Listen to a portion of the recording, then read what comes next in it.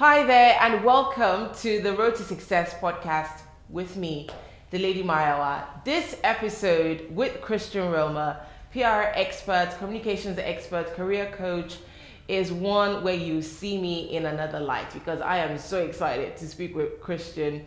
Christian, I met in 2020 or so.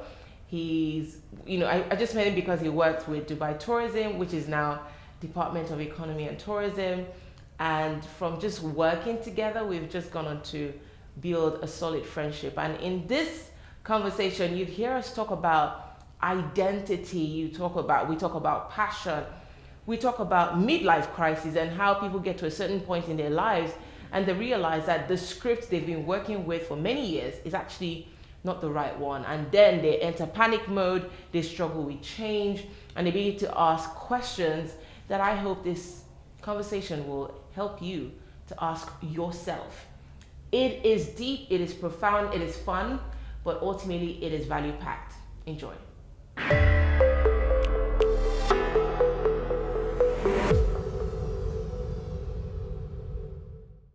My guest today is my friend and my brother.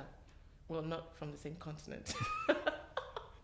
I met Christian here in Dubai, and you know what? Let's just cut to the chase. Christian, it's so good to have you here on the podcast. Thanks so much. And it's been a pleasure having met you. Yeah. And I'll tell you a funny story.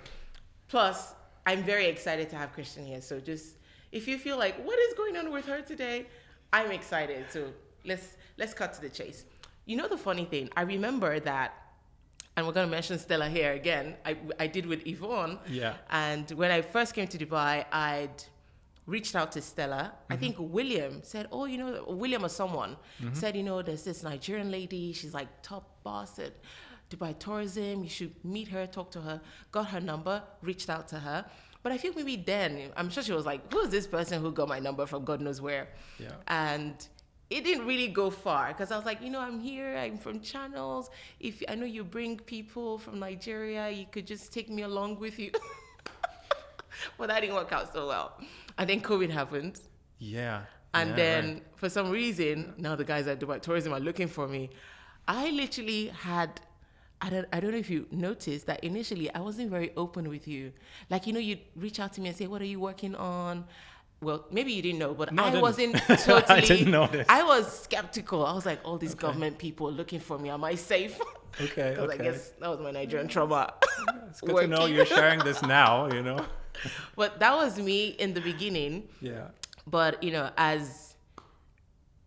as life would have it, eventually I think coming in contact with you, with Stella, with Dubai Tourism, really was the turning point for me in Dubai. That's great to hear. Yes. Yeah. Chop knuckle to that effect. Yes, definitely. Well, Christian, really honest, it's so good to have you here. Let's start with how you came to be in Dubai. Oh, wow. How much time do we have? Maybe like 2 minutes. 2 minutes. Okay. How do we wrap this up? So I studied law for about 2 years in Germany, and I realized that's not my thing. I just quit. I had no idea what to do. And then I thought, what do I really like? What do I really enjoy? And then I realized it's languages. So I started a new journey, so to speak, in Bonn, started studying Chinese, Arabic, business. And that's how I came into this, I'd say, drawer, And then long story short, I studied in Lebanon. I worked in Saudi and then went back to Germany, and I thought, okay, that's it. I had my journey abroad, so this file is closed. I'm home now, and that's it. Settle down, all of that. But then you realize something inside of you, once you've been abroad, that kind of tells you that can't have been it. So something calls you, and then, in coaching you say, like all the big things in life have never been planned. And I just felt like I was ready for something new. And then this job opportunity comes up in Dubai, and I went. And that was in 2017, And then when I was here, I always kept telling people, oh yeah, it's been just 2 years that I've been here, And then I looked at the calendar, and it's already like 6 years now, Because time is really flying here, and that's the journey in a short summary. That's amazing. Yeah. That's when you said something calls you. And of course, we're talking about road to success, and it's Yes. very profound what you said, that the biggest things are never really planned. They just Yeah. pop up, and you've Yeah. got to be ready to take those opportunities. Yes. Yes. What do you think people miss out? Do you think that a lot of people miss out those opportunities, those windows, those doors that just open? I think most people miss out because they suffer a bit from FOMO nowadays. They want to be everywhere. They want to be all over the place, you know. And instead of kind of turning a bit your look to the inside, finding out who you are, what you want, you always try to get satisfaction from the outside, right? Especially the internet now, you know, changed a lot of things, you know. From I'm a generation, we grew up without the internet, right? So we would call our friends on the landline to see if they're home, if they want to play and stuff. The round one, you know.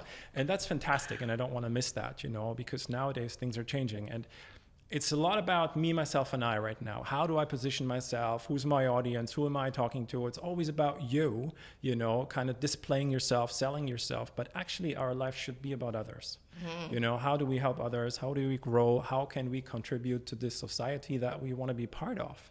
But that's a question of how you use social media as well, you know. Absolutely. So let's still go back to your journey to Dubai and building yourself as well. You're a PR expert, everything communications, that's you. Yeah. Even building bridges between Dubai and Africa, that's also you. And beyond our work relationship, right? You've become a friend, a brother. I've cried at lunch with you and Yvonne. You've been a speaker at Road to Success. And, you know, I think nobody can ever forget you speaking at Road to Success. And how you just talk about passion. Passion. But we live in a world where a lot of people will say, I cannot afford passion. It's almost like passion is a luxury. I've got bills to pay. Have you ever had to balance between passion and paying the bills? Yes and no. I mean, it always depends what you want from life. Right, that is the key question, which goes back to who are you? Because when you look at what people do and why they do it, you often get this answer. You know, I have to pay my bills. Yeah. That is a decision that you make at that point. That's a decision that you follow your daily job to do what you do. So I'm not saying you're supposed to become a street artist, you know, and live off nothing. You know, that's not the point. The problem is when you open a magazine nowadays, right, it already tells you what success is. It's defined. It's fame and it's money, and that's it. So either we're both losers and we failed, you know, because I'm not famous nor rich, right? Well, Yvonne put me on a magazine, so okay, good. You're there. I'm not yet. You know, that's okay. That's okay. But we should ask ourselves the question again. Actually, what is success and what do we want from life, right? And then it goes back to finding out who you are. And then the question is, you know, how can I then transfer that into my job and into my daily life and build a life from that? One thing you do is career coaching. Yeah. And I'm sure that these are the conversations you have with people. Yes, a lot. And these are, I know that part of them are like university students as well. And I think that's a good place to start having conversations about. That's a good point you raise right now, because I literally coached a class last week and I said to them the following thing. You have two options, okay? So at that college, I teach kids for free, okay? Because that's my passion project as well. And I said to them, so we can think about your lives right now, right here, and really go into detail why you're doing what you're doing, you know, and kind of develop this awareness and sit down and think, why am I here doing what I'm doing? And most people haven't done that, right? So I said to them, we can do this now and it's free, or you call me again in 10, 15 years and then it gets expensive because you have to pay me, you know? So that's the situation. And as much as we sit here and sometimes laugh about this, you know, the older you get, especially when you pass like the 30s, you start asking questions, because especially if you are in the corporate world and you don't enjoy what you do, and that becomes a problem because these questions won't stop. They will accompany you through life, and then the problem is you're not happy. And also what comes hand in hand with that is you're not successful in what you do. You're not good at what you do. And when you then are in a company, let's say you work in a company, nothing against that, and you have colleagues who do things really well and they enjoy what they do, that's going to frustrate you. You're going to dislike them for them being good. Why do they get all the opportunities? How dare them performing well because they like what they do, right? And that's then always the moment where you realize, hey, maybe you should do something else. And that's the scary part, because the older you get, that means all of a sudden change. You got to change something. You got to leave your comfort zone. And I would say the older people get that I work with, the more excuses they have why they can't change anything. And that's normal. And I think people should be aware of that and face that. That's fine, you know, because change is always uncomfortable. Looking back when we change something, we often think, oh, wow, yeah, that was good. That was at the right time. I'm glad I did that, you know. But at the same time, when we look forward and think about change, it's always scary, you know. And the question is why? Because it's unknown. It's unknown. And you know, recently, I started just in my head thinking about midlife crisis. Yeah. And, you know, with the podcast, with me coming into a space where I'm really talking about success a lot. And I begin to ask myself, because I've never really looked into midlife crisis. You know, it's a thing you hear. Hollywood makes tons of movies about people in creates midlife. Headlines. Yeah. You get it's a big topic, but I've never really just looked at it. What is it about? What causes it? Yeah. But I guess I'm approaching the midlife, not the crisis, Facing crisis here in the but really podcast. just coming into that space where I realize, Mayowa, you feel young, but in the numbers, you are advancing, right? You're now you have a son. Now you're paying school fees. You're doing all that. You're doing what the adults do. So the midlife crisis, when I see it now, I'm more interested in it. And then I link it back to this conversation we're having. People finding themselves, people doing what they love or not doing what they love or not even finding themselves. And now I'm asking, could that be major ingredients for midlife crisis? Because it seems as though the way the conversation, you know, goes out there online is like everybody, especially men, I don't know, have to have that midlife crisis. But now I'm asking myself, could it be that these two things are what cause midlife crisis? Not that I don't know if you know anything about it, but just this is where my head is at. Yeah. Identity and doing what you love in such a way that it pays the bills. Could it be that midlife crisis is really attached to these things? Yeah, that's a very good question. And I think I want to start answering this with first asking another question, and what is a midlife crisis? In my opinion, it's exactly what you said. It creates headlines, and that's why the word was used, you know, because it's a word that a lot of people can identify with. But the question is, what does it actually mean? Okay, midlife crisis. You say, you know, like I already started talking about it, when you're in your mid-30s, you're approaching kind of midlife roundabout. And that is the time, you know, when you realize you're not in sync with yourself. You're not doing what you're supposed to do. So your perception changes, and that is the so-called midlife crisis. It's actually just a question of perception, you know, and you view things differently, because all of a sudden the things that used to matter don't matter anymore that much. You know, the career with a high income, the car you drive, the apartment you have, you know, that all doesn't matter anymore that much, and you wonder, why are you not fulfilled? Why are you not happy? Something is still missing. Something is missing. And then we have a saying in German, which I always tell people that they don't want to hear that, of course, but it goes like that. So you buy things with money that you don't have to impress people that you don't like, you know. And that, when you think about it and you will look at society, you know, look at the people who have all the fancy stuff. Are they the happy ones? That's the key question, right? And that goes back to another question, and that's, why are we where we are? You know, when you look at most students, you know, I always ask them, who's your circle of 5? And they don't know what that is. So you can do that for yourself. When you were young and you made the first decisions, what you're going to do in life, who were the 5 people you were closest with? Or people who are listening right now, who are a younger generation, who are the 5 people you're really close with? Because they help shaping your mindset. And that's the problem, you know, because you don't look outside of that. You don't look at yourself. You follow others. And of course, when you're young, you want to build a career, you're money oriented. There's nothing bad about money. The question is just, how do we get there? right? So we can say, for example, I was young, I was 19 years old. I was thinking like, oh, my friends are studying law. Oh, law is cool. Oh yeah, law gets you a lot of money. And that's the reason why you start doing something in most cases, you know. So either your parents recommend it, your friends do it, you know, and you just follow. And that's where the problem starts, because that's most likely not for you. And then you have two options. Either you do the same as your friends do, or you follow your parents' advice, you know, because a lot of people always have good intentions for you, right? But the problem is that necessarily doesn't work for you, because everyone is different. So ideally, your parents look at, what are you good at? What are your skills?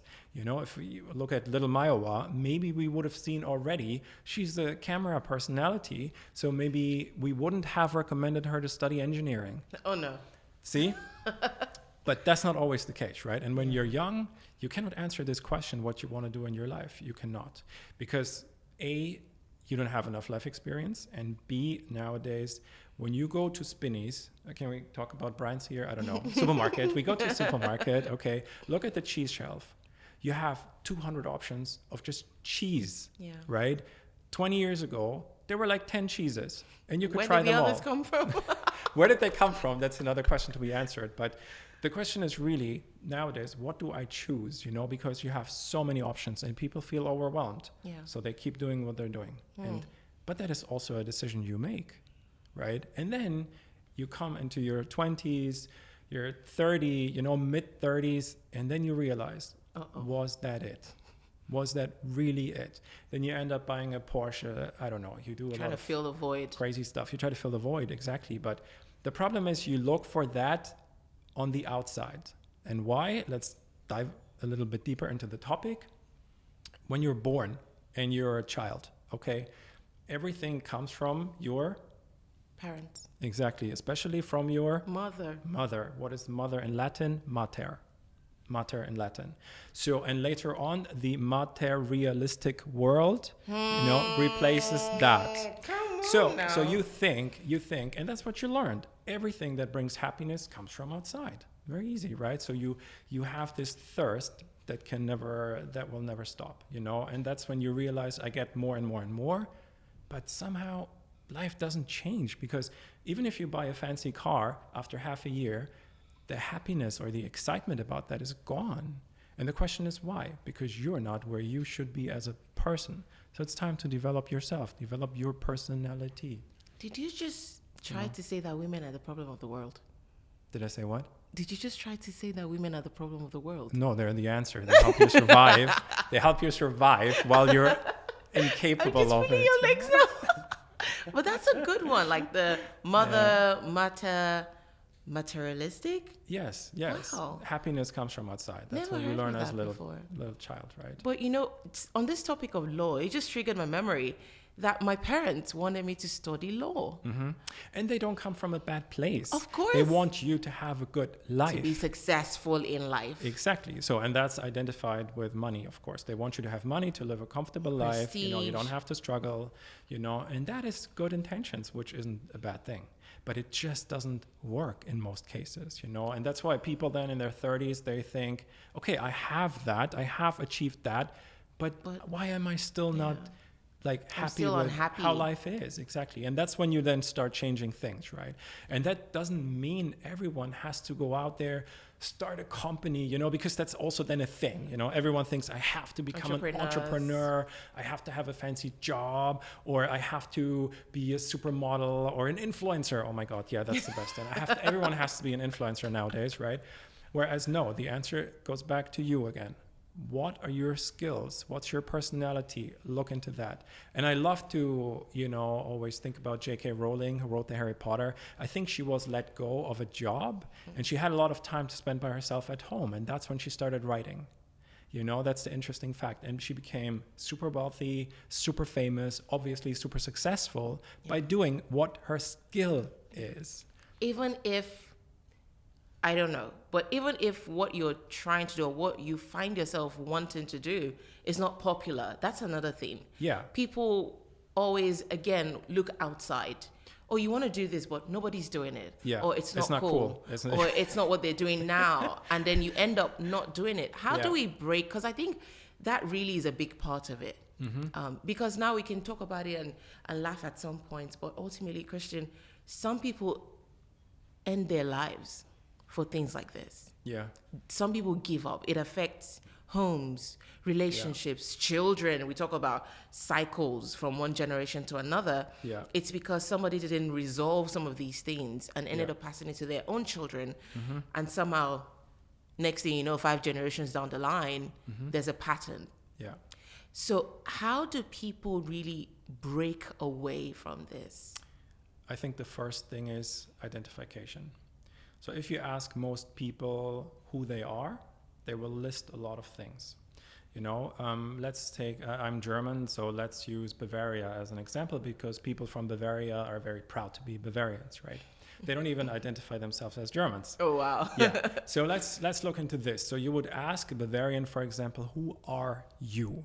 Okay, then he would say, I'm a Bavarian, of course, maybe I'm an engineer, or they're a banker, they're a Bayern Munich fan, they're maybe Catholic, they might say, what else? Maybe they will say favorite foods, whatever that is, right? Now, the problem is, at that minute, you are identified with all these things. Now, my question to you is, what do all these things I just mentioned, what do they have to do with you? Answer, nothing. Because you have to understand at some point that this is not you. Look at Shakespeare, who said the world is a stage and we all play our roles in this. And I think we have to come back to this understanding that we are here to spend a certain amount of time here. And when we were kids, we knew that. Like we would play something for 5 minutes. Oh yeah, we sit in a tree, we're a pilot, we're flying an airplane, and then that's boring. And then we're a doctor, and then we realized we're playing roles. But the older you get, the more you identify with all these things. And that's why people come into this impulse reaction mode, like for example, if I then say to this Bavarian person, have you always been Bavarian? Yes, of course. Do you always want to stay Bavarian? Yeah, of course. And then I say, don't you have any ambition in life? And that's the minute that person gets really upset, because you're identified. You're identified with that, and you have to drop this. If you and I now go to the border from Dubai to Abu Dhabi, and there are 2 birds crossing, you're not going to say, hey, Christian, do you see the 2 Abu Dhabi birds? No, they are birds. And you have to take a step back, and really ask yourself, what your life is supposed to be about, what really matters. And once you realize that this materialistic world provides comfort, but that's pretty much it, then, you will realize there has to be something else. And that's where self-growth starts.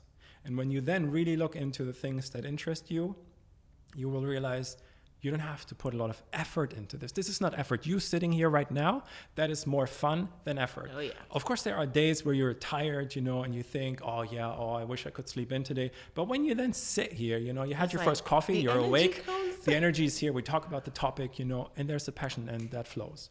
And that's, I don't know if I'm taking away the next topic that you wanted to talk about and that's then called not midlife crisis, but then burnout.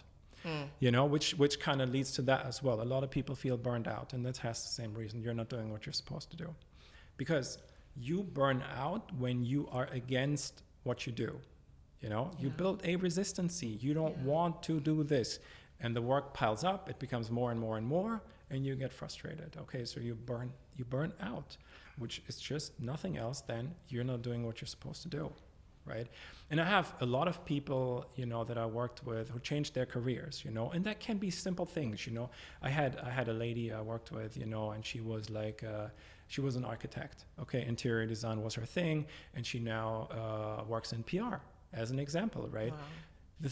And she's happier in that role because she realizes that is her thing, and the problem is we have a lot of people out there who don't do their thing, and that doesn't have to be something super creative. I have to be an actor, a musician. No, that can be just changing what you do, in a corporate environment as well, or some people, who are, like, I use my wife as an example. She's a very caring person, very much. She works in HR. And that is the perfect thing for her to do, because she cares about the employees in that role, So yeah, but it takes that time to sit down and really pull the plug, you know, and that's the problem, because most people are entertained 24/7. We need entertainment because there's TikTok. TikTok, you know, I used it for a minute and I deleted it. I'm sorry, I have to say that. You don't even have a profile, I think. You just have videos and scroll through it and time flies and you just waste so much time, you know, whereas no one sits down anymore, turns off the phone, turns off the TV, the radio, just be with is by themselves. Because the problem is then the questions come up that you cannot answer. And so you keep yourself entertained. And that's the easiest way to kind of, you know, go through life. And then, of course, it's always cool to go out, to be everywhere and all that. Sleeping is boring. You know, if you say publicly, I sleep more than 7 hours, you're lame. I sleep. You know what I mean? Listen, people know me. Yeah. I feel like my eyes and darkness are enemies. My eyes see darkness. Oh, yeah, let's go. Let's go. But that's often portrayed as things to achieve. And I think it's the wrong way, but it sells. It sells as success stories. Success stories always have to do with I sacrificed a lot, you know, and I didn't sleep. I worked 24/7 and all that, you know. Yeah, but I think that's not really the answer to life, you know. That's really amazing. Like, and I love that this conversation is really tackling the core of it. Yeah. Because for you to aspire to even be successful, whatever your definition of success is, you have to be at one with yourself, and that's how I describe it. Yeah. I think I read, who's the guy who wrote Angels and Demons again? I forget his name. Whoever his name, popular author. Angels and Demons. Now he escapes. Is it Dan Brown? Dan Brown, yeah? I think it is Dan Brown who wrote the book Angels and Demons and many other, you know, books like that. And it's in his book, one of his books, that I saw the word atonement called, Dan Brown, got it. Atonement as at one meant, which is at one with yourself, like in perfect alignment with yourself. And that was profound. I think I read that a bunch of years ago and it stayed with me. So at every time, if I sort of enter a crisis mode for any reason, what should I do now? What should I be doing now? Because the truth is we will always get to the point where we have to decide again and again. Left Nigeria, came to Dubai. I had to decide again. Who am I going to be? What am I going to be doing? How am I going to serve? Decision. You have a child. Now you have to balance life with a child. You have to decide again. Now you want new dreams. You want to accomplish new things. You have to always get to that point where you have to decide. But when I get into that almost panic mode, I always fall back to, what is my atonement thing right now? What makes me at one with myself the most? And I think that's one thing that people can use because it's really helped me. Plus, it saves you a lot of headache. It does. And you can also ask another question. What if you don't change anything? And that's actually the scarier part, because let's assume, okay, you stay with whatever you do, and you don't change anything. Okay, then a year passes, and what has happened in that time? You made a bit more money, you know, you maybe have a few more travel experiences, but you're still the same person with the same mindset. So where's your growth? Where's your development? Where is changing anything? Where is living life? You know, like when you look at life, you know, life has nothing to do with repetition, you know. Excitement is always there where you haven't been yet. You know, everything else is repetition. So if you don't grow, you stay where you are. But then after a year, ask yourself if that's what you really want. Absolutely. There's just a lot of depth in it, but people don't want to spend the time they want the fast track. Yeah, they want the fast track. And that's why they think, you know, they come to me and say, yeah, Christian, I know I've heard so much of what you said, you know, so, okay, where's the fast track? How do we skip all that? And I say, the thing is, it's about the journey itself, number one. And the second thing is, you can compare it to learning a language. Continuity is king, right? Whereas you cannot learn a language in 3 days, right? Even though there are these apps nowadays who suggest otherwise, you know, and I learned myself Chinese and Arabic, so I can tell you it's complete nonsense. It takes time and effort. That's That's how it is. That's Unless someone comes up and puts a chip in your head and you can speak it. We're not there yet. You have to learn it. And it's people don't want to spend that time anymore with themselves. It's easier to scroll through the phone, and that's distractor number one. For the quick fix. Yeah, and the sad thing is also look at attention span. Look at people's attention span, how that goes down. When you walk out in the street, everyone walks around on the phone, Look at the sunset. Go to a concert. Everyone has the phone out. And let me ask you that question. So you record this right now at that concert. How often do you look at that again? How often do you show that another person where you've been? And the other thing is also, is it showing that's more exciting or talking about it? You come home and tell your husband, I was at that concert, it was amazing. You have this energy, you talk about the passion, someone listens to you versus, hey, look at my phone. I'm sorry, but we take away this creativity from people, Also, kids don't read anymore, Like kids are on the phone, on the tablet all the time. This imagination of reading a Harry Potter book, imagining, hey, how does that look like? How is that when he's at the train station and runs against this wall? This creativity that comes from that, that's out of the window. Because you can watch it. You can watch it, they show it to you, you don't have to think. You just sit there and watch, eat your popcorn, and that's it. That's a great point. Yeah. So, and then creativity is limited, of course, right? When we shouldn't be surprised. Wow. Okay, so I'm thinking of someone who's watching this right now and is now asking themselves important questions, just as we've prompted them to. Yeah. And they're thinking, how do we begin to fix this system? Sometimes I almost give up on the system. We already laugh. Yeah.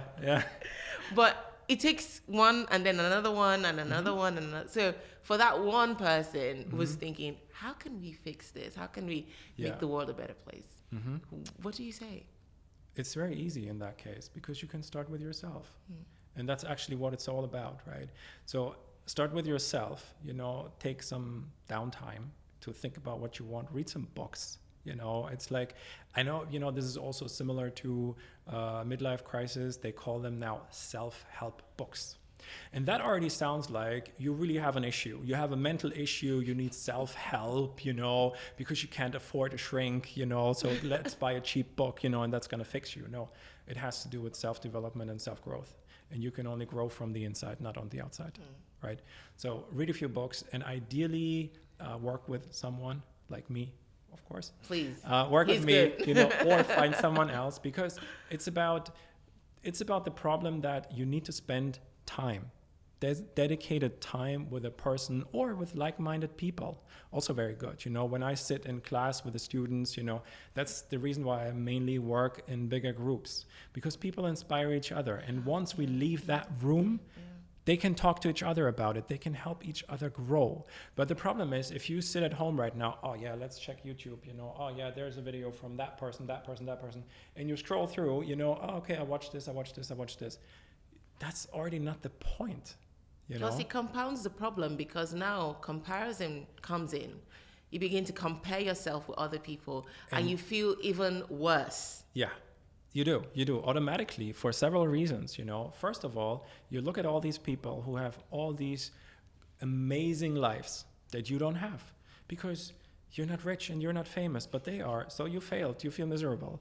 But that's the truth. You will feel worse about yourself. And I want to tell you an interesting story, which I really love, and how sometimes social media is not real. So I saw that post from a person. I don't want to say any names or any channels, But that person was at a very fancy hotel and had pictures, I think, in 20 plus outfits. Okay. And I was thinking, oh, wow. So that person must have a lot of money, must have stayed there a long time, and must really enjoy life, right? So then I found out that person was there less than 1 day and didn't even spend one night in this fancy hotel because the person can't afford it. But the followers are supposed to believe it. Mm-hmm. So with that whole social media, the problem is also we believe everything we see. Anything that someone has, and we're happy and we're excited. But no one wants to talk about these moments where you're not, because that's not popular. That's not cool. It's not cool to sit there and be like sad, be thinking about your life, what you're doing, where you're heading, be clueless. that's not successful. That's not cool. So that's why that will never be a big topic. You know, being a loser is never a great topic in life, right? Everyone wants to be the winner, wants to be on the sunny side of life, you know, achieve everything, accomplish anything, you know, but life doesn't work that way. Yeah. There's always both. It's ups and downs. Exactly. And, you know, I always say happiness is the state of accepting what is.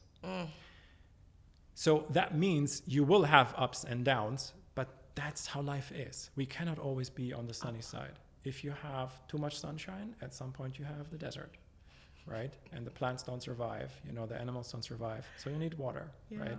So it doesn't work always to have the good stuff. Awesome. You know, I've got questions about success, but before that, this morning I was thinking about AI versus human connection. And I was thinking about, for instance, Road to Success, and how one thing that makes Road to Success really awesome and special is that human connection. People come to listen to other people, right? Like you said, people in groups can get inspired. And when we bring speakers who have had challenges, done one or two things, and people come to listen.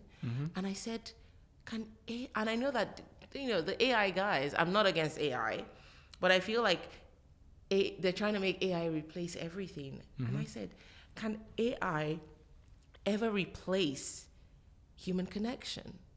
That's me sitting down to talk to you, to say, Christian, I'm going through a funk. Christian, I'm trying to figure out my life right now.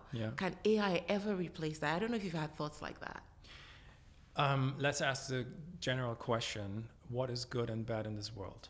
Right? So nothing is good, nothing is bad. The question is always, how do you use it? What do you make of it? Right? What do you make of it? Social media, same thing. You know, if I go on Facebook, go to Marketplace, and I look up furniture, okay, and I might spend 5 hours there looking for furniture, and I find it, and I buy it, and I love it, that's great, right? My screen time is high. That doesn't necessarily say I wasted my time. And that's the same with AI. How can we use it to our benefit? But at the same time, there will be people who kind of abuse it. And that's how it is with everything, right? There will be cyber crimes. There will be amazing movies created by AI. There will be great opportunities. And then there will be moments where you feel like, I wish this wouldn't exist, right? And that, when you think about it, you know, that's actually goes back to the law of polarity. We as people, we can only see the world in polarity, okay? You can only see a black marker best on a white piece of paper, right? Because of the contrast. Nothing exists without its opposite. There will never be war without peace. You know, it's an illusion that you think you can stop all conflicts in the world. It's never going to happen, you know. There will never be relationships where people don't fight. This will also never happen because it's not possible. And, you know, there's always sun and there's rain, and that's how life is. And it's the same with AI, you know. The question is always, how do you use it? How do you use social media for yourself?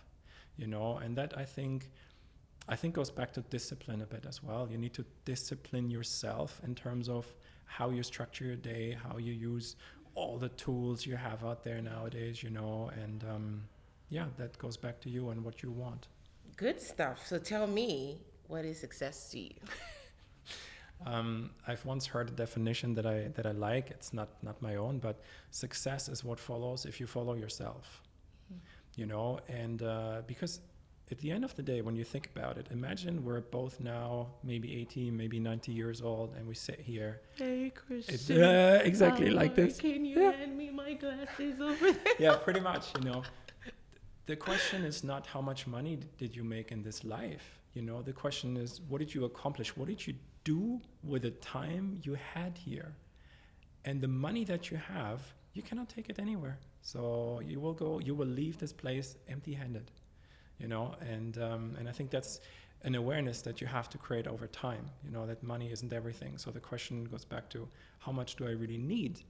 So can I then pursue my passion, you know, make a living of that? Can I achieve that? And how much do I need? That's an important question. How much do I actually need? Not how much the world says I should pursue. Yes. Because the conversation now is must but have course, it all. I mean, this is how the economy stays alive, right? Now, there's a new phone coming out, you know, if everyone would be thinking, yeah, I don't need that, then the company is going to have a problem.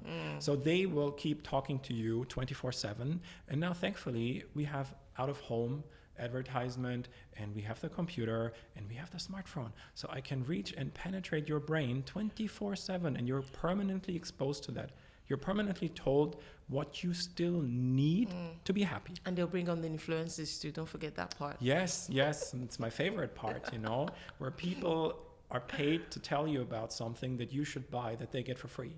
So yeah, that's a great system, right? But you have to understand it first. And I think also a coach once said to me, having had makes you free from wanting to have.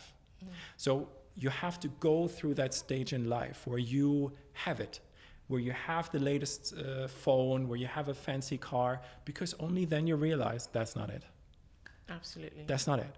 But if you never have that, you strive for it, and that's how we go through life. And usually in the mid-30s, again, midlife crisis, is when you have it and you realize, is that it? This is not it. And it's not. But the problem is then, where do you find the answers? Yeah. Do you think there should be something like, and I just made this up, influential consciousness, where I don't know who's going to teach or talk about it, where influencers, because it is a thing. And by the way, we love y'all. So we're not anti-influencers over here. But where influencers begin to sit down and think and say, how do we do this consciously? How do we do this responsibly in such a, because it's a big thing. I think I saw in the news online a few days ago in America, a bunch of people got arrested and are being charged because they had influence for some health thing. I don't know all the details. Okay. But they had influence for a health product that obviously didn't do what it was supposed to do. Okay. And then now they ended up in the courthouse. And I asked myself, do influencers think on what is the right thing to influence? How should I influence? Because lives are ultimately at stake. Yeah. So I think perhaps, I don't know, putting this out there should be a conversation about what to influence, what not to influence, how to influence, how not to influence, because lives are at stake. Yeah. Food for thought. So back to you, Christian. Who was the first person that sort of was a representation of success that I met in my life?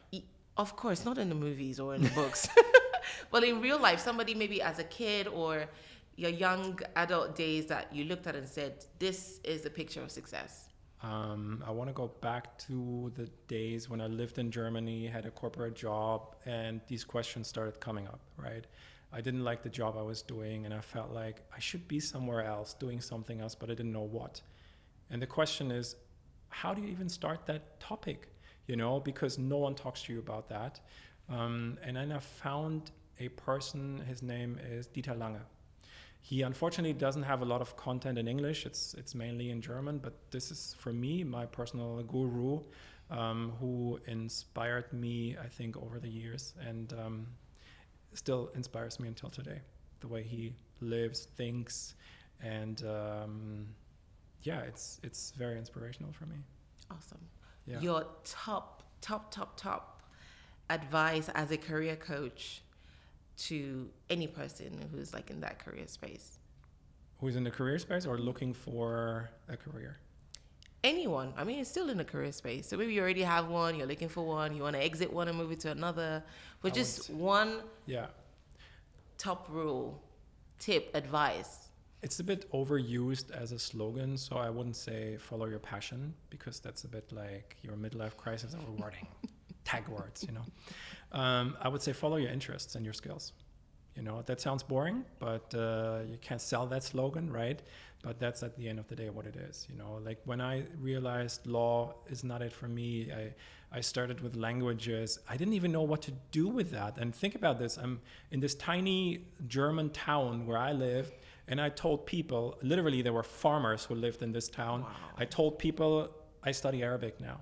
And they were like, yeah, and my son is an electrician, and that's useful. Then, which is great, right? But like you feel really weird because going your way, you're not surrounded by people who think that that's a great thing. And that's where you need the conviction to say, I'm doing that anyway because this is me, you know. So don't be distracted from the wealth and the fame and the money and all that, you know, because that can eventually follow, you know. If you do what you're supposed to do, you will be good and you will have money. And that's, my biggest piece of advice. Yeah. Awesome. Thank you, Christian. Thanks. Been an I feel like we could go on and on. Yes, we could. But as you see, this is also my passion topic. Yeah. So right? we could literally be here for all like day. another, except you have a meeting very soon. Yeah. One more thing though, just one last thing. Sure. You're going to be at Road to Success again this year. Yes, thanks to you. And I'm looking for now it's not going to be just one white guy. I found your brother. I found you an assistant white guy. So Richard Fitzgerald, who's CEO of Augustus Media and Love in Dubai, is going to be there as well. So you can be like, hey, welcome to the club. Yeah. Good. But news, anyway, it's been fantastic to have you. I feel like I always see another version of you when you're speaking at Road to Success, where you're going in the crowd and you're always using me as an example. Yeah, but it's so easy because you kind of love what you do, and who can say that about themselves? I hope more people after watching this.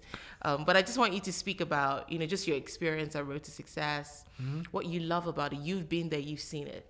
Yeah. Tell me about it. I'm not going to talk about it. I'm going to tell people, come and join it. Experience it. Are you going to have an option to dial in for people who can't attend physically? Yeah.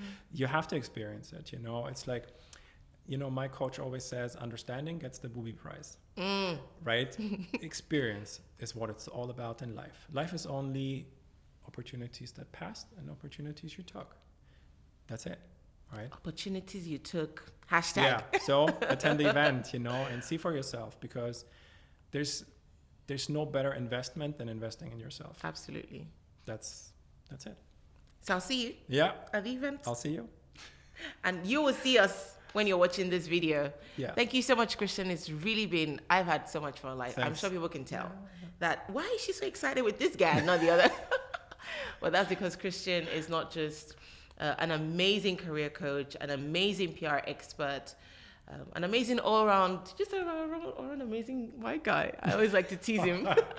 But he's a brother and is a friend. And it's been a pleasure to have you here. Thanks so much. It was really fun. Awesome. Yeah. Thank you.